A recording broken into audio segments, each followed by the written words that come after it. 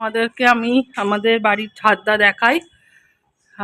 আজকে তোমাদেরকে আমি আমাদের বাড়ির ছাদটা দেখাই। আর তোমাদের বলেছিলাম যে ভ্যালেন্টাইনের দিনে সারাদিন আমরা কি করলাম সেটার আপডেটটা দেবো, কিন্তু আমার আর শরীর ভালো ছিল না, সেই জন্য আবার জ্বর এসেছিলো, তো সময় একদম পেলাম না বলে দেওয়া হয়নি।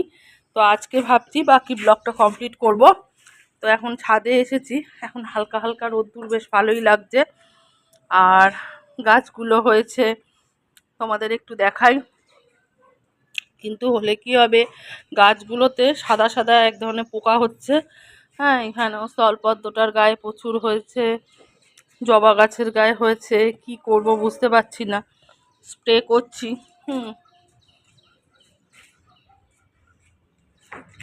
আর এখানে মিঠাই রানী খেলা করছে ও দিদির সাথে।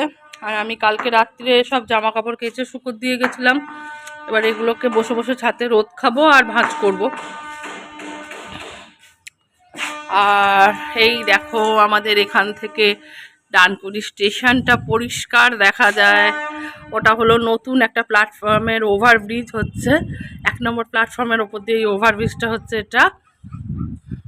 আর এখানে ওই যে ট্রেন যায়, সব কিছুই দেখা যায়। এটা পাশের ছাদটা, ও পাশে আর একটা ছাদ আছে। চলো তোমাদেরকে ওই পাশের ছাদেও গাছ আছে দেখাই, পাশের ছাদটা নিয়ে যাই। এটাতে এই ছাদটা থেকে এলাম, এই ছাদটা দরজা আছে, আর এই যে গাছ।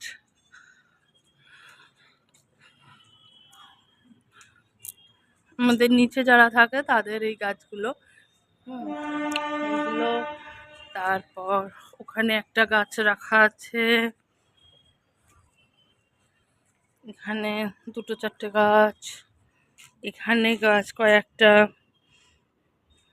ভালো লাগে। কিন্তু দেখি এগুলোকেও একদিন, আমি ওনার সময় হয়নি, আমি ভাবছি যে এইগুলোকে একদিন পরিচর্যা করব গাছগুলোকে নিয়ে।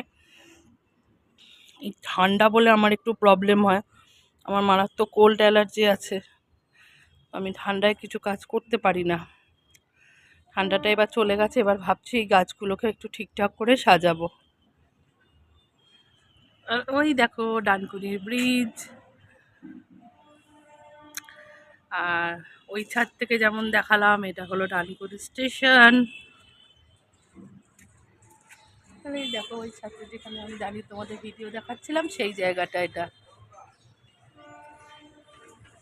তো চলো ভ্যালেন্টাইন ডের ভিডিওটা এডিট করি, করে তোমাদের সঙ্গে পোস্ট করি, তোমরা দেখতে থাকো। বেশি বড় করিনি, ছোট্টর ওপরই করেছিলাম ভিডিওটা।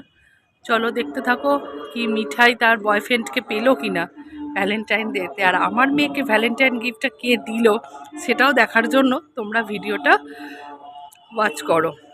চলো।